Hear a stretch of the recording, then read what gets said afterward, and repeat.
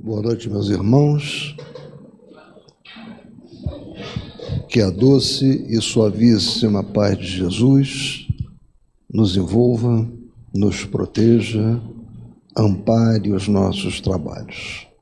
Hoje é segunda-feira e estamos iniciando as atividades na Casa Espírita de Abel Sebastião de Almeida. Que as nossas primeiras palavras sejam de agradecimento por todo esse apoio, por esse acolhimento amoroso de toda essa pleiade de trabalhadores do plano espiritual. O trabalho começa quando nós chegamos aqui nesta casa. Somos analisados, somos avaliados, já estamos sendo acompanhados, nossas dificuldades e problemas estão sendo identificadas. Então, muito agradecemos a esses amorosos, esses generosos trabalhadores do plano espiritual da Comissão de Abel Sebastião de Almeida. Então, meus irmãos, para não ocupar mais tempo, eu vou pedir ao nosso irmão Tiago, que é o responsável pela Juventude Espírita, ele conduz, ele articula os jovens da nossa casa, que, por sinal, as atividades vão reiniciar em abril, dia 1º de abril, e eu vou pedir a ele a gentileza de fazer a leitura da página inicial. Tua Prosperidade, no livro Caminho Espírita, pelo Espírito Emmanuel, psicografia de Francisco Cândido Xavier. Tua prosperidade não transparece unicamente da face material do teu dinheiro, das tuas posses, da tua casa, dos teus bens. Ela se compõe das experiências que ajuntaste de alma transida ante as incompreensões que te cercaram as horas, com as quais saberás esquecer amarguras e ofensas. Forma-se dos conhecimentos nobilitantes que amealhaste pelo estudo perseverante, com que te habilitas ao privilégio de minorar as fadigas e o sofrimento dos irmãos que te acompanham à retaguarda, sem luz que os norteie. Ergue-se das palavras temperadas de prudência e de amor que as provações atravessadas com paciência te acumularam no escrínio da alma, transfigurando-te em socorro aos caídos. Eleva-se dos gestos de compaixão que amontoaste à custa das disciplinas a que te submeteste em favor dos que amas, pelas quais adquiriste o tato capaz de arredar a discórdia do nascedouro. Avoluma-se nas migalhas de tempo que sabe extrair das obrigações retamente cumpridas, para que não te falte a oportunidade de trabalhar no amparo aos menos felizes.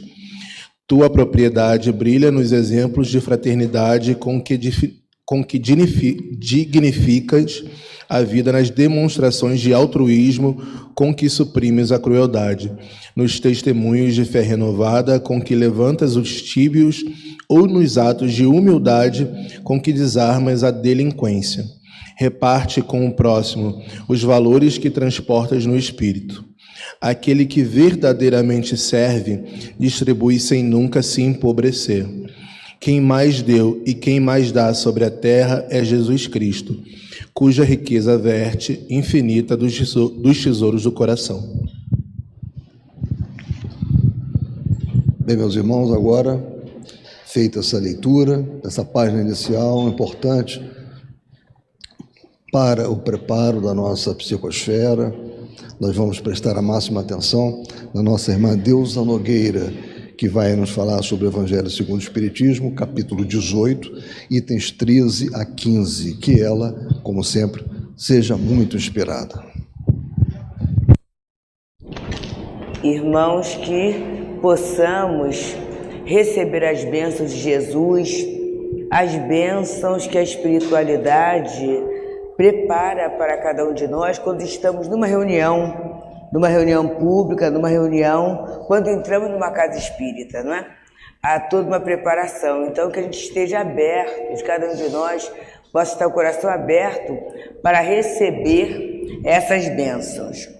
E nós aproveitamos para trazer o abraço do Centro Espírita Fraternal Teresa d'Ávila, né, nesse momento em que a gente se confraterniza através do estudo. O nosso tema de hoje, ele é, como diria o jovem, punk. Já que se fala em mocidade, né? Ele gosta de falar quando tem uma punk. Por quê, gente? Tem expressões de Jesus que se a gente não parar e revisitar sempre, não é uma vez só não, porque existe no nosso meio aquela história assim, eu já li,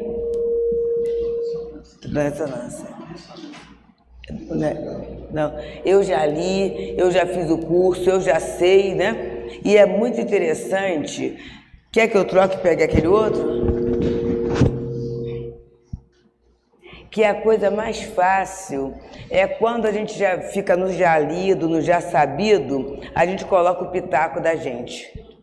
E aí vira opinião pessoal, que é alguma coisa que a gente está vendo muito no nosso meio, sabe?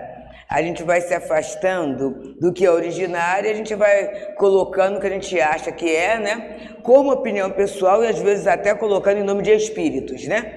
Que o Espírito falou, que o Espírito falou assim, assado, e a gente vai se distanciando da origem. Quanto mais a gente se desvia das origens, de qualquer conhecimento, gente, qualquer conhecimento, quando a gente sai das bases, a gente começa a se perder. Então, Jesus é a base. A doutrina espírita é uma doutrina cristã. E aí, as palavras deles vai passando por uma coisa que Kardec fala lindamente no Evangelho, que é a maturidade do senso moral. O que é a maturidade do senso moral? Tem tudo a ver com a lição de preparo tua prosperidade. Porque a riqueza é aquilo que ninguém leva. A verdadeira propriedade é aquela que ninguém leva. E o que é que ninguém pode levar? É a minha competência. E como é que eu adquiro competência? Experimentando, né? Vivendo, analisando, questionando. A gente sempre fala muito da posição de Kardec, porque eu fui criança, né? Todo mundo foi, né, gente? Numa fase em que não era muito bem visto você perguntar muito. O perguntar muito, muitas vezes era um sinal de rebeldia, né? E quando a gente começava a perguntar, e as respostas vinham, e o adulto estava cansado de responder, eles perguntavam, o que é isso? É a língua do perguntador. E aí encerrava a história. Naquele dia, né? Porque a criança, graças a Deus, insiste. E aí a gente vê em Kardec o questionamento dele. Foi o grande questionador. Para quê, gente? Para instalar uma fé raciocinada, porque a doutrina vem no momento de pesquisa e de descoberta. Então, tudo aquilo que era dogmático, tudo aquilo que era repetição, tudo aquilo que era ter que ser assim, começava a cair por terra. As questões da astronomia, né? A astronomia começa a mexer com o céu, com o inferno, nessa questão toda, né, gente? O que é em cima, o que é embaixo, se a Terra tem um movimento de rotação, translação, embora tenha gente que acha que a Terra é plana, mas é uma outra questão, né? Então, se a Terra está girando, né? Está sempre, com a estabilidade vem de quê? Então começa a haver essa grande apropriação de conhecimento. Quando a gente fala rotação, translação, mas Galileu já trouxe, sim, ele trouxe, né?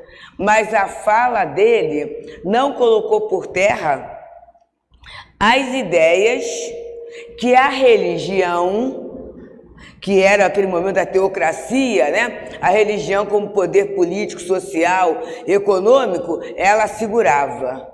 E aí, nesse século XIX, a ciência começa a colocar. E quando a ciência cresce muito, a primeira coisa que eles fazem, gente, é destruir a ideia de Deus constituída. Não destrói Deus, não. Mas que Deus é esse, né? Fica onde? Como é que é? E aí a ciência vai pelo caminho excelente, que é o da doutrina, quer trazer para a gente as leis. Então, por enquanto, nós conseguimos conceber Deus? Não dá. E os espíritos falam dos espíritos, falta-nos um sentido, não dá. Mas eu consigo perceber as leis de Deus através de quê? Do gênio questionador que é Kardec, né? Ele perguntou tudo. E um perguntador antenado. A primeira edição do Livro dos Espíritos não tinha essas questões todas. E uma das situações que não havia era o capítulo dos 3 reinos. Entendeu? Aí Darwin lança a teoria da evolução das espécies. Olha que legal, Kardec se apropria, ele lê. A partir dali ele pergunta. É muito interessante, né? É para colocar até, gente, na atualização do pensamento, porque às vezes, e eu posso estar nessa situação, né, que já estou no 771, de falar que do meu tempo era melhor. O meu tempo é hoje. Se eu não me apropriar do que Deus me dá no dia de hoje, eu estou sendo rebelde ao progresso. E a gente vê que materialmente a gente já começa a ficar incomodado, né? Ah, não quero saber de internet. Então não vai receber dinheiro mais. Ou então pega todo o dinheiro e vai ser roubado na saidinha do banco, né? Porque não há necessidade de ninguém estar andando com uma opção de dinheiro, né? Não há necessidade de você ir lá fazer isso, aquilo outro. Por quê? Existe um acesso. E aí a gente acha que é uma questão só da Terra. No livro Memória do Suicida, na minha edição, desculpe, é na página 121, mas a minha edição é antiga, né? Agora o livro tem outras edições. É falado no momento em que um personagem, em que um irmão não quer contar a situação dele ou está numa dificuldade qualquer, é colocado, e a obra é da década de 40, tá? Aliás, antes disso, porque Dona Ivone recebeu, ficou guardado lá mais de 10 anos, que ela achou uma coisa esquisita, ninguém tinha.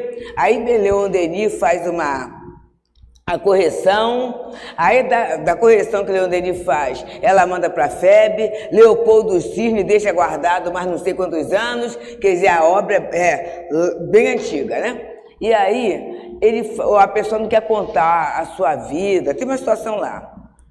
Ela vai no lugar, um escritório, o mentor tira lá um disco, esse disco é colocado no aparelho, e ali no aparelho é vista, está escrito lá, a vida da criatura em todos os detalhes.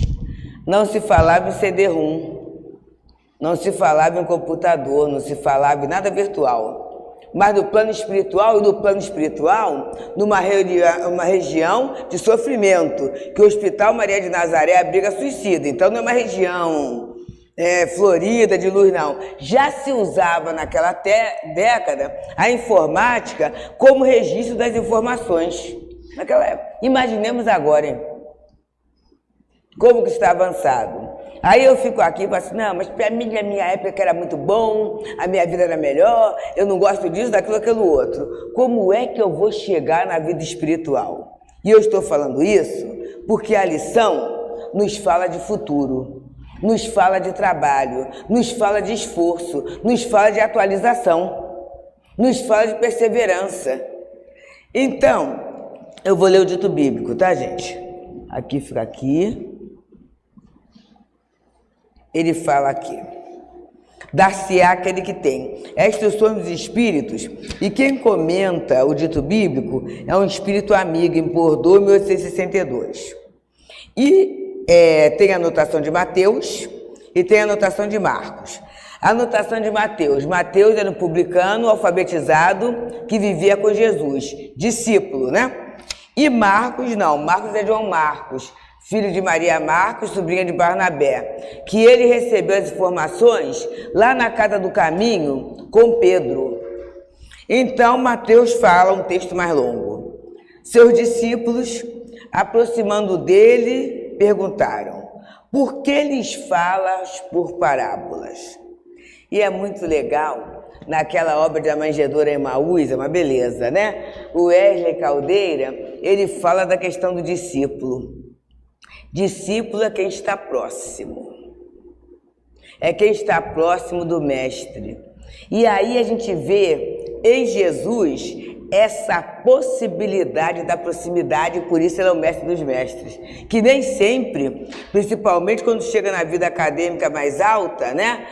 Às vezes o orientador não sabe nem o nome do aluno, né?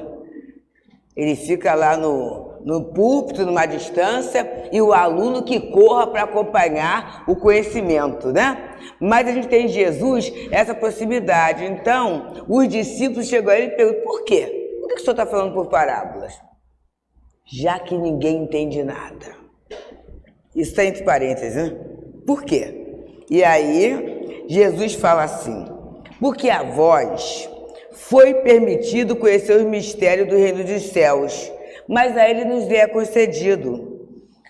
Porque ao que já tem, ainda lhe será dado e terá em abundância. Mas ao que não tem, até o que tem lhe será tirado. Eis porque eles falam em parábolas, porque vendo não veem, e ouvindo não ouvem, nem entendem. E cumpre-se neles a profecia de Isaías, quando diz, ouvireis com os ouvidos e não entendereis, olharei com os vossos olhos e não vereis. Então aqui é Mateus trazendo, né? E a fala de Jesus em relação aos discípulos. A colocação, né? É uma visão que os discípulos eram aqueles espíritos mais aptos a entenderem a mensagem de Jesus. Então reencarnaram com essa aptidão. Só que reencarnaram, né, gente? Aí quando reencarna, quando a gente vai ver na história mesmo, a gente vê que havia muita dificuldade, né? Eles estavam envolvidos pelo magnetismo, pelo amor. Entendiam muita coisa? Entendiam. Mas tudo não. Havia até disputa para saber quem era o maior, né? E se achava que o maior, por exemplo, era Judas que guardava a bolsinha de dinheiro, não, é Pedro, que Jesus fica na casa dele, não, eu acho que é Mateus que é alfabetizado. Então, havia essas discussões que, na verdade, fugia do parâmetro da fala de Jesus, mas eram aptos a entender. Então, o discípulo é quem está próximo, né? E aí, Marcos fala assim, prestai bem atenção ao que ouvis, porquanto com a medida que medis os outros, vos medirão a vós, e ainda vos será acrescentado, porque se dará àquele que já tem, e ao que não tem, ainda o que tem será tirado. Bem, numa tradução, que é a tradução do Esperanto, é muito interessante, que vem alguma coisa do grego, fala assim, até aquilo que pensa possuir lhe será tirado. E aí dá uma melhorada no entendimento. Porque a gente fica pensando assim, mas meu Deus, quer dizer que o que eu tenho vai me tirar? O que eu tenho perde a validade? E aí eu vou fazer questão de trazer o bloco de ideias do Espírito Amigo para a gente entender um pouquinho isso, tá bom? Vamos lá. Ele coloca assim, ó. Dá-se aquele que já tem e tira-se que não tem. Meditai nesses grandes ensinamentos que tantas vezes não têm parecido contraditórios. Aquele que recebeu, olha só, é o que possui o sentido da palavra divina. Ele recebeu porque se esforçou para tornar-se digno dela e porque o Senhor, no seu amor misericordioso, encoraja os esforços que tendem para o bem. Já dá para parar aqui, né? Para conhecer ou para adquirir qualquer coisa, tem que ter trabalho. Para legitimar, tem que ter trabalho. Tem que ter trabalho. E quanto mais há trabalho, há esforço, melhor. Mais facilidade na execução e mais credibilidade. A gente brinca muito da questão da média 5 em meio acadêmico, né? Que a média 5 é 50%, né? Aí você tem um médium 50%, um engenheiro 50%, né? O fisioterapeuta 50%. Já pensou o fisioterapeuta? Na hora de pegar o piriforme, ele pega outro. Gente, vamos pensar só, né? Então é alguém que está mais ou menos, né? Mas como é que a criatura adquire a excelência, mesmo que ele tenha sido 50%, através da prática do estudo, né? É sempre. Se não estudar, se não se atualizar, não dá. Eu tenho pessoas, né, da área de saúde, tem uma irmã farmacêutica, e ela fala que se pelo menos de 2 em 2 meses você, e aí tem que gastar dinheiro mesmo, comprar os boletins, né? Comprar boletim, participar de reunião, tudo isso, você desatualiza. E daqui a pouco você não consegue fazer mais nada. Vou contar um caso sério, né, bom, que aconteceu no receituário mediúnico lá do Leon Denis. Tinha um médium, psicógrafo, e o espírito. E aquele espírito passava lá os remédios, uma medicação. E as pessoas recebiam aquela mensagem. Na semana seguinte, eles escreviam de novo, porque não haviam encontrado o remédio. Aí, alguém da área de farmácia foi analisar, já que estava acontecendo com uma frequência. Gente, tinha remédio que já não existia desde a década de 50. Aí, o que é que o doutor Herman fez com ele e com o médium, né? Começaram a ler os tratados, né? Eu não sei o nome daquela questão, não. Tem um nome, posso até falar errado. Mas é aquele livro que tem a relação de medicamentos, etc e tal, né? Então, para começar a ler, para quê? Para se atualizar. Olha como é que a gente vai saindo daquela ilusão que morreu, ó. Não. Se eu desencarnar e eu não quiser estudar, não quiser trabalhar, eu vou continuar na mesma rasteirinha que eu estou como encarnado. Por isso é que é para sempre. É para sempre. A gente tem a ideia, né? Ah, mas o Espírito falou? O Espírito pode ter falado alguma coisa que está no nível do conhecimento dele até ali. Mas a partir dali, o que ele foi aprendendo? Como ele foi... Quais são os grupos de relacionamento daquele Espírito, gente? E a gente vê que isso acontece com nossos mentores, né? Os mentores da casa. A gente vê com o próprio Emmanuel. Se a gente pegar aquele primeira obra, o meu livrinho verde, a gente é velho e tem livro velho, viu, jovem? É assim. Aquele livro bem antigo, né? Aquele livro velhão, né? Emmanuel, livro verde. A gente vê assim, parágrafos longos. O parágrafo longo faz com que a ideia se perca, né? A ideia se perca não, que o leitor se perca, né? Então, parágrafos longos, está lá. Aí você vê Emmanuel na série Fonte Viva. Uma frase. Vou falar uma. Na preguiça está sediada a gerência do mal. Que frase, hein? Que frase boa, né? Outra, o comprimido ajuda, a injeção melhora. No entanto, jamais te esqueças de que os verdadeiros males prosseguem do coração. Que frase, né? Já meditaste quantos séculos custou para a elaboração de um simples raio de sol? Olha só. Na obra Emmanuel, a gente tem, mas naquele momento, espírito e médium estão no ajuste. Ao longo do tempo, Emmanuel foi se assenhoreando de conhecimento e tendo uma competência maior para passar. E Chico Xavier adquirindo a competência mediúnica para a objetividade do conceito. Olha que interessante. Foi passando. Então, é esse trabalho que ele diz aqui que vai gerando a competência, que vai gerando a facilidade e que Deus abençoa. Outra frase que ele diz, ele fala assim, a bênção do trabalho gera... Desculpe, não é isso não. O esforço do trabalho gera a bênção da competência. Qualquer trabalho, né, gente? Você vai fazendo. E aí a gente fala da evangelização, né? A evangelização. Aí você começa lá, né, ajustando e vendo como é que é. A evangelização para jovem é desafiadora, como para criança também, né? Qualquer situação em que você tem que contextualizar o conhecimento, passar de uma forma agradável não é fácil. Ensino não é uma coisa fácil, né? E aí, mas chega um momento que você vai ajustando,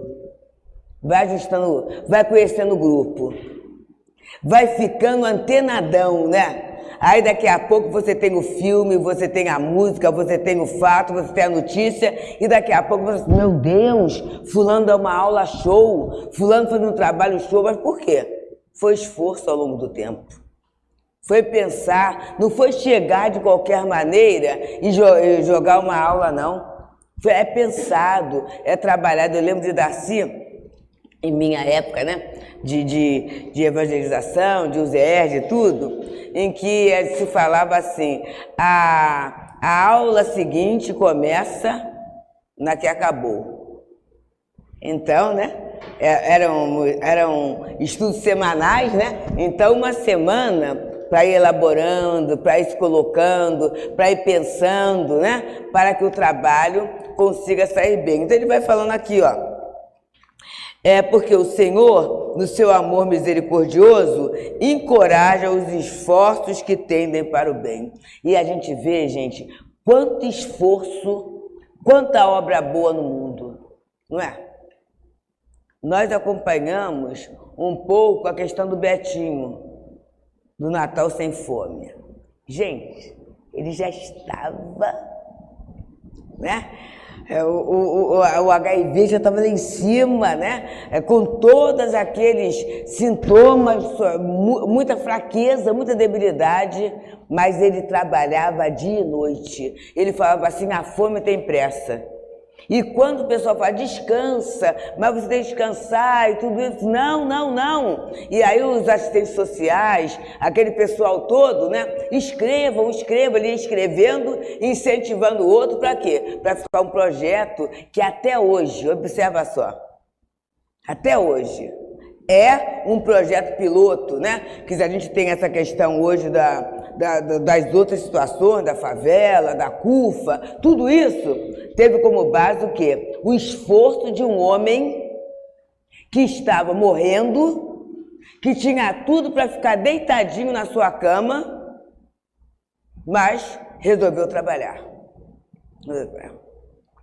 Temos a outra, a doutora Zilda Arne, né? Foi lá para o Haiti na missão. Foi lá para o Haiti, né? Na missão para ajudar com a situação toda, as crianças principalmente, porque a área dela é pediátrica. E aí ela acabou sendo atingida e desencarnou. Um espírito chegou perto dela e falou assim, doutora, a senhora morreu. Ela falou assim, não tem tempo para pensar nisso não, meu filho, tem muita gente para continuar a socorrer. E continuou, né? Isso eu trato depois. Percebemos, gente? A bênção do espírito de um corpo ser desencarnar numa guerra, ser atingido, e ela nem sentiu. Por quê? Estava ligada, mobilizada no bem. E isso, gente, é alguma coisa para nós, porque a gente às vezes fica meio desanimadinho. Ah, vou fazer para quê, né? Vou estudar para quê? Já fiz as obras básicas todas. E aí eu vou trazer o exemplo da Dona Ivone do Amaral Pereira, que é o exemplo que eu procuro seguir. Ela fazia assim, dia 1º de janeiro, ela aproveitava, né? Ela começava a ler o Livro dos Espíritos, 6 páginas. Aí dia 2 mais 6 páginas, e assim ela ia durante os dias, né? Lendo 6, lia só. Lia, não era estudando não, só lia, 6 páginas. Aí quando ela acabava os espíritos, ó, lá no mês de... Eu já estou acabando? É lá no mês de abril, acaba o livro dos espíritos. Aí ela pegava livro dos médiuns, 6 páginas. Acabou o livro dos médiuns, Céu e Inferno. Acabou Céu e Inferno, a Gênesis, o Evangelho. Ela lia. Ao longo de 60 anos, ela leu a codificação. O que acontece? Tinha resposta para dar a todas as questões da vida, gente. Alguém que sonhou ser professora, não conseguiu, era costureira e artesã. Fazia chapéus lindos, flores lindas e costurava. Mas quem faz trabalho manual sabe que só ganha elogio, dinheiro, né? Era muito pouco, né? Ela chegou a fazer flores belíssimas para bolos da Colombo, da Manon, né? Era belíssima a mão, chapéus, né? Mas o que acontece? Ela fazia, o outro vendia. Quem vendia ganhava muito. Então o salário, a vida dela era limitadíssima do ponto de vista material. Mas ela possuía isso que Jesus falou. Ela possuía o conhecimento e buscava o conhecimento. O que acontece? Ela tinha discernimento. Ela sabia administrar as dificuldades. Ela conseguia administrar o próprio tempo. Percebemos, gente? E à medida que ela foi passando o tempo, mais competência ela tinha na orientação. Quantos obsidiados ela agasalhou, quantas pessoas desorientadas ela conseguiu orientar, quantas outras pessoas, já que ela não tinha dinheiro para fazer a caridade material, mas ela ensinava costura para aquelas mocinhas da comunidade. Então, ela foi se movimentando. Então, agora, se ela ficasse só naquela questão, né, do conhecimento inicial, ela não conseguiria tanta produção. Não conseguiria fazer tanto. Então, é isso que o salário do trabalho é diferente do salário da preguiça, que é o que vem falar depois aqui, ó. Esses esforços, olha só, contínuos, perseverantes. Opa! Porque começar é fácil, mas continuar é crucificar-se, né? Porque para perseverar, eu vou ter que abrir mão de muitas coisas. Quer ver uma coisa? Dieta. Vou começar uma dieta hoje, segunda-feira é o dia, né? Segunda-feira eu vou começar a dieta hoje. Aí segunda, terça, quarta. Aí eu já começo a ter a crise de abstinência. Vai ter, né? Se cortar açúcar, vai ter do açúcar. Se cortar, vai ter. Aí, mas a pessoa ainda aguenta a quarta. Quinta, ai. O que é melhor? Na sexta, tá próximo do final de semana, não faz mal. Segunda-feira eu começo de novo. Afinal de contas, eu tenho direito. Trabalhei muito a semana toda, eu mereço, né? Eu mereço me dar, né? Eu lavo a minha comida, a minha bebida, o meu docinho, né? Atividade física. A pessoa começa. Quase sempre segunda-feira. É o dia de pico de academia, tá cheio, né? A academia é pra ser, começa lá, né? Mas aí, o que vai acontecer, gente? Melhorar dói. Dói. Vai doer, né? Você está sem fazer, vai começar a doer, né? Você vai começar, quer dizer, não é doer, você vai começar a ter consciência que você tem músculo. Tem músculo e tem ossos. E tem nervos. Aí, isso vai dar um incômodo, né? Aí a pessoa faz hoje, na manhã não vou fazer não, porque tá tendo a dor de segunda, tudo bem. Aí vai na quarta. Aí já diminui um pouquinho o ânimo. Aí a pessoa vai, daqui a pouco ela larga. E aí não tem, tô fazendo, não tem resultado nenhum. É 2 vezes. 2 dias de dieta. Fiz dieta 3 dias. Só perdi 20 gramas. Pois é, né? A gente tem a síndrome da pressa. E Deus não tem pressa, não. Tanto não tem pressa que o Livro dos Espíritos fala uma questão que eu acho fantástica. Deus não tem pressa, não apressa a expiação. Porque se a gente fosse bater e levou, os nossos atos têm consequência. Mas a consequência só surge quando eu estou pronto para resgatar e sair muito bem.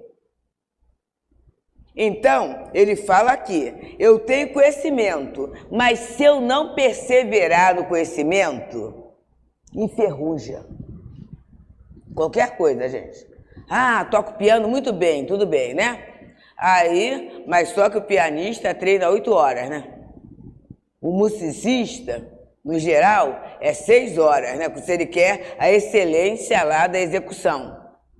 Mas ele deixa de fazer isso, né? Porque vai trabalhar, nós temos na juventude, é uma época, né, em que a pessoa se dedica muito, né?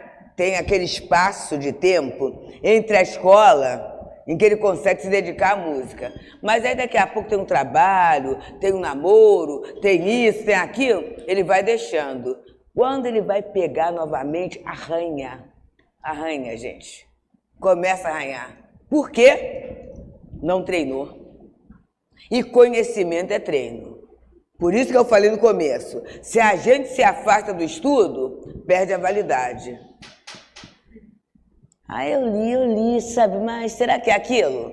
Eu vou contar um fato, né, ocorrido. Eu fiz um estudo há 15 dias atrás, num sábado, 15 dias não sei se esse é passado o outro, no Jaquechula. Era Paraíso, Inferno, Purgatório. E olha que essa expressão de esperança e consolações, a gente anda nisso, né? No céu e inferno, tudo isso. E aí, eu nunca tinha prestado atenção nisso. Olha só, gente. Está lá na questão 1012A. Ele fala assim: inferno é passar pelas provas sem esperança. E purgatório é passar pelas provas com esperança. Olha que interessante. Então, mas quer dizer, o céu é não ter prova? Não, vai ter prova sim. Mas só da gente ter a esperança que aquilo vai passar, já é diferente, né? E o inferno é quando eu estou passando a dor e eu acho que não tem futuro, não tem nada aí para frente. Olha só, quantas vezes eu li isto na doutrina espírita.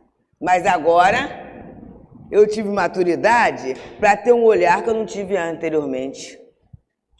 E se a gente não estuda mais? Se a gente para, fica desatualizado, né? Então ele fala aqui mais um pouquinho. Então, quando eu quero me atualizar, e aí Einstein fala, né, gente, que é só a vida se houver movimento, né? Então, quando eu me movimento para alguma coisa, olha que bonito, é como um imã que progressivamente vai atraindo melhor. E aí eu vou trazer para a vida prática. Quando eu começo, agora mesmo vai ter o grande Enem, né? Para concurso. Tem gente que entrou, pagou, mas assim, eu não tenho esperança nenhuma. O que você está fazendo? Nada. Então, claro que não vai passar. Mas se a criatura se inscreveu e ela começa assim, eu vou estudar, né? Vou pegar minha área, vou pegar, tem gratuito, né, gente? Vou pegar pelo YouTube esse pessoal que está aulão, né? E vou ver o que está atualizado, o que está vendo, né? O que estão pedindo. E a pessoa começa a se movimentar. É interessante, gente. Com toda certeza vai passar. Porque você começa, e aí começa a neurociência a falar, a criar um campo, e é neurológico isso, gente, de possibilidades. E dá certo. Quando eu me abro para a possibilidade, dá certo. Hoje, eu até falei para a querida Sara, né, que foi lá buscar a gente, né, deu uma carona, e eu estava falando com elas, né? A gente, com Sara e Glória, segunda-feira, né, eu organizo muita coisa na vida, porque amanhã no Teresa Dávila é de 1h até 9h da noite, né? Aí a gente começa a ter uma semana com muito trabalho, né? Então eu organizo. Mas eu tive que ir, acho que tenho que ir mesmo, né, ao sepultamento da mãe de um amigo de mocidade. E aí, eu acho que nas redes sociais, a gente está naquele negócio da mãozinha, né? Né? Põe a mãozinha, põe o coração, tô vibrando. Aí fala, chama os guias todos, que doutor Bezerra, que não sei quem, ajude, abrace, conforta a família. Mas cadê a nossa carinha lá? É uma falha que eu tenho visto no nosso movimento espírita, tá, gente? Por incrível que pareça, o movimento protestante vai todo mundo. E a gente vê às vezes diferença de capela, né? Aí vão e cantam, e tem louvor e tudo isso. E o movimento espírita, aí começa aquele negócio, né? E aí, não, porque eu não gosto de cemitério. Quem é que gosta? Só europeus reencarnados, né? Que o europeu gosta, né? Pois é. Pois é, o governo é quem ganha, né? O plano lá. Quem gosta? Ah, não vou ao hospital. Quem gosta de hospital? A não ser quem trabalha lá, né? Eu tenho um amigo médico que ele diz que o expediente feliz no hospital é a maternidade, quando a criatura consegue sair com o bebê, né? Porque é local de dor, né? É local de inquietação. Mas quando eu estou no hospital, se eu estiver, eu não gostaria de receber visita? Claro que sim, gente. Sair daquela... Se está na UTI, então, que é só teto e cortina, né? Gente, fazei ao outro o que queirás que eu vos faça. Tem que perseverar. A sopa, né? Vou falar aqui da sopa, né? E a gente com o trabalho social sabe disso, né? Aí, trabalho social. Ah, mas tem que chegar domingo, 7 horas da manhã. É o que temos.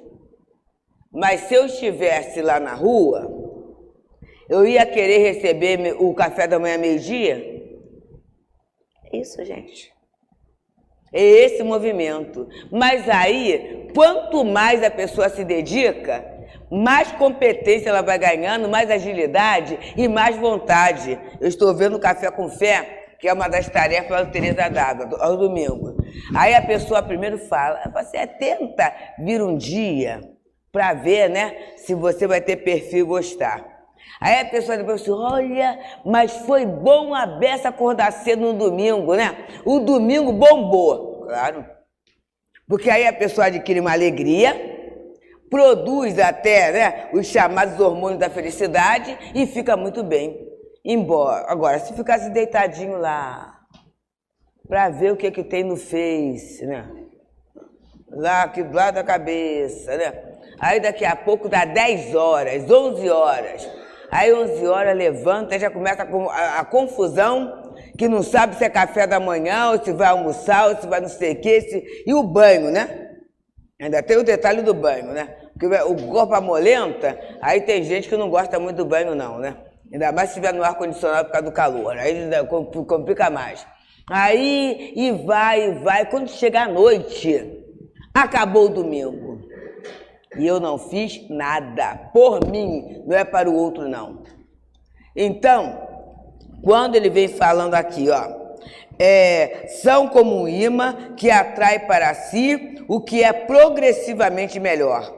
As graças abundantes que vos tornam fortes para subir a montanha santa, no alto da qual se encontra o repouso após o trabalho.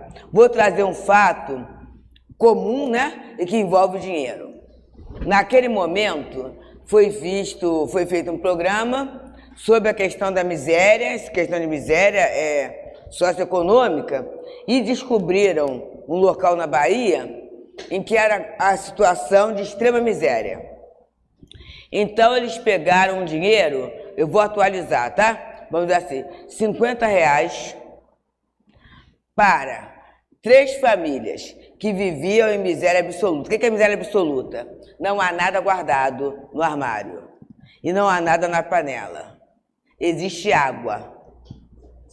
E aí deram, né, para as 3 famílias R$50. Bem, voltaram dali a uma semana. Família A, o que você fez com o dinheiro? Saímos, compramos comida, comemos, mas o armário continuou vazio. Família B, saímos, compramos um pouco de comida, mas nós vimos que poderia vender cocada no Pelourinho. E alguém aqui, uma das pessoas da família, era muito hábil em fazer cocada. Então, nós compramos um pouco de comida e compramos um pouco de coco e açúcar. E fizemos cocada, né? E foram vendidas. E aí, como é que estava aquela família? Um pouquinho de comida ainda, de gêneros alimentícios, e coco e açúcar, continuando a produzir cocada. A família C, a terceira família, eles compraram pouquinha comida, mas eles viram que ali era uma região em que havia muitas lavadeiras. Então resolveram comprar cloro para fazer água sanitária. E como é que estava essa família? Comida, não tão pouquinha, galões de cloro e a produção de água sanitária fazendo. Olha só, gente, quando o Evangelho fala que esse trabalho, o esforço, cria um campo magnético, é como um imã, que atrai bênçãos cada vez maiores, é isso, gente. Quando eu só usufruo, quando eu só gasto, eu continuo na mesma situação em que eu estou, em qualquer situação. Até afetivamente, tá? Se eu sou um vampiro emocional do outro, eu continuo sempre na mesma. Se eu consigo usufruir e multiplicar, eu vou ter um crescimento maior. E se eu tenho essa visão do conjunto, observa só, o da água sanitária nem saiu dali, observou o meio, observou o entorno e viu que seria uma forma de servir o outro. Quando eu sirvo o outro, eu entro na lição, tua prosperidade. É isso. E quanto mais se dá, mais se tem. Fica clara a ideia de Jesus? Quanto mais se dá, mais se tem. Porque você não vibra no campo da carência. Você vibra na expressão de filho de Deus. Você se coloca como herdeiro de Deus. E aí não falta. O salmista já falava, o Senhor é meu pastor, nada me faltará, né? É isso. Mas não é de graça, é no esforço. Aí ele vai colocar, tira-se aquele que nada tem ou tem pouco. Olha só, tomar isso como uma oposição figurada.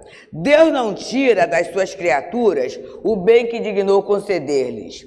Homens cegos e surdos, abri vossas inteligências e vossos corações. Ele fala, não é Deus quem retira aquele que pouco havia recebido.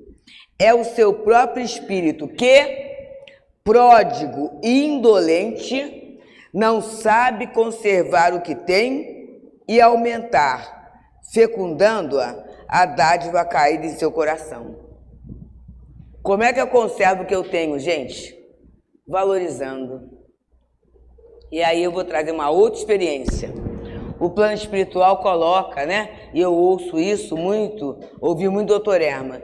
Tudo aquilo que eu não valorizo na minha reencarnação, eu sou confiscada. Eu perco o direito de ter. E aí vem a história de uma amiga do coração, amicíssima, e nós estudamos, né? Fizemos o antigo colegial juntas. E ela foi para uma outra área, né? E, diferente da nossa, mas sempre amiga. E ela, assim que ela se formou, e naquele momento, quando a gente se formava, tinha direto um emprego, né? Ela falou assim, ela saiu de casa, porque ela sempre colocou, como adolescente, que ela era o patinho feio, aquela família não tinha nada a ver com ela. Então, naquele momento, formada, né? A gente recebia 3 meses de salário. O salário não era pequeno, que agora é, mas o salário era pequeno. Então, ela foi morar sozinha. E aí o tempo passou, né, tudo isso, ela cresceu bem na sua área, e aí ela foi lançar um livro. E naquele lançamento do livro, ela falou assim, Deusinha, eu queria muito que você estivesse lá. Eu falei assim, tá, tudo bem. Mas eu tinha uma aula para dar no Leon Denis, era uma terça-feira, né? E aí ela falou assim, não, vou apanhar você lá, não tem problema não. E ela foi. E aí, quando eu tinha pedido dar um recado ao altivo, né? Tinha gráfico a casa, e aí alguém falou que eu estava lá. E ela desceu para me procurar. Quando ela desceu, eu apresentei, ela falou assim, eu sou mesmo o patinho feio, né? O mesmo patinho feio, toda uma família que não tem nada a ver comigo. Ela falou logo isso. E aí, O Altivo olhou para ela, o doutor Herman se aproximou e falou assim: é exatamente isto. Você está num grupo que não tem nada a ver com você, porque você não valorizou a família. E foi confiscado de você o direito de reencarnar entre seus amores. Agora, minha filha, procura conquistar esses da agora. Para você ter esse merecimento. Olha a questão. A quem tem, mais será dado, né? A quem não tem. E aí tem o epílogo disso, né? Aí ela, naquele período, né? Ela ia fazer 40 anos, né? Fazer 40 anos. Aí ela alugou um grande clube aqui do nosso Rio de Janeiro, né? Uma festa muito elaborada, e aí ela convidou a todos os parentes. Pai, mãe, irmãs, sobrinhos, né? Só que ela botou um convite e botou um coração, né? Venha urgente, em vermelho. E aí, o que as pessoas pensaram, né? Que ela ia dar notícia de alguma doença, né? Ou morreu, ou alguma coisa assim, né? E foi muito engraçado. Ela falou assim: Deusa, fica comigo, tá? Fica perto de mim. E eu cheguei cedinho, fiquei com ela. Gente, o pai e a mãe entravam olhando assim, sabe? Olhando para ela. E assim no meu nariz, colocava no lugar, sentou aqui. Os irmãos, o sobrinho, porque ela estava, né? Mais de quase 30 anos sem falar com ninguém. E eles foram, né? Sentando. E aí ela abriu a festa, né? Uma escritora excelente, né? Com um texto que ela escreveu falando da contribuição de cada uma daquelas pessoas para ela ser a pessoa culta e famosa que ela era. E foi um choro, foi uma emoção, foi alguma coisa assim surpreendente. E aí, a partir daí, né, a relação com a família começou a ficar mais harmônica. Aí as outras festas, não precisa nem ter festa, os outros encontros começaram a ser muito bons. Olha só, gente, o que a doutrina faz? E aí ela falou assim, interessante, né, Deusa? Aí se fala, como eu me sinto amada. Porque você sabe, fala dela, que o meu bloqueio na relação familiar fez com que eu tivesse relacionamentos institucionais, mas não afetivos. Olha, tratava todo mundo bem, era tratada bem, né? A posição, etc e tal, mas não tinha afeto. A partir do momento em que eu tive aquela orientação, foi isso, ele falou isso e deu de presente para ela um evangelho. Ela leu, né? Ela leu numa noite, porque tem facilidade de leitura, né? E começou a meditar sobre isso. Então, gente, é isso. Se eu dou amor, eu recebo amor. Né? Se eu me abro para ouvir o outro, eu tenho a possibilidade de escuta. Se eu persevero no estudo, se eu persevero no fazer, eu vou a cada momento ficar mais competente. Agora, se eu estacionar, daqui a pouco, daqui a pouco não, quanto mais eu estaciono, quanto mais eu, vamos dizer assim, me rebelo, menor é a minha área de atuação. Em qualquer setor da vida. Por quê? Porque eu não quero adquirir. A lei de Deus é de progresso, é para frente e para o alto. Quando eu não caminho dentro dessa lei, eu estou trabalhando contra mim mesma. Não é em relação aos outros, não. E aí, o mundo cresce, né? A vida segue e eu fico paradinha na questão.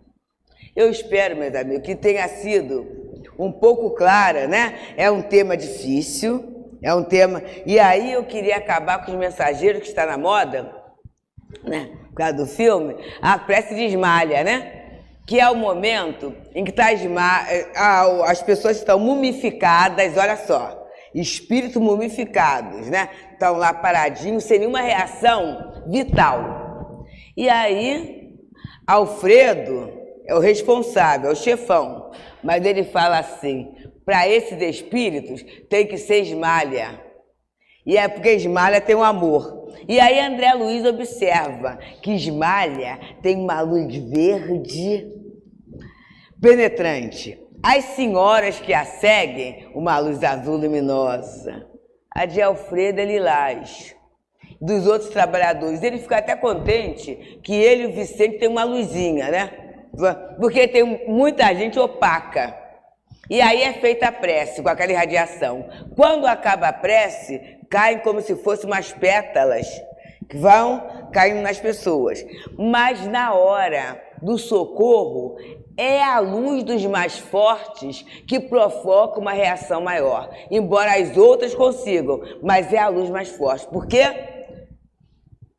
Elas têm esse amor, né? E aí vamos observar, o fato delas trabalharem, de se trabalhar e ajudar o outro, vai dar o que para a criatura? Mais crédito, mais merecimento, mais competência.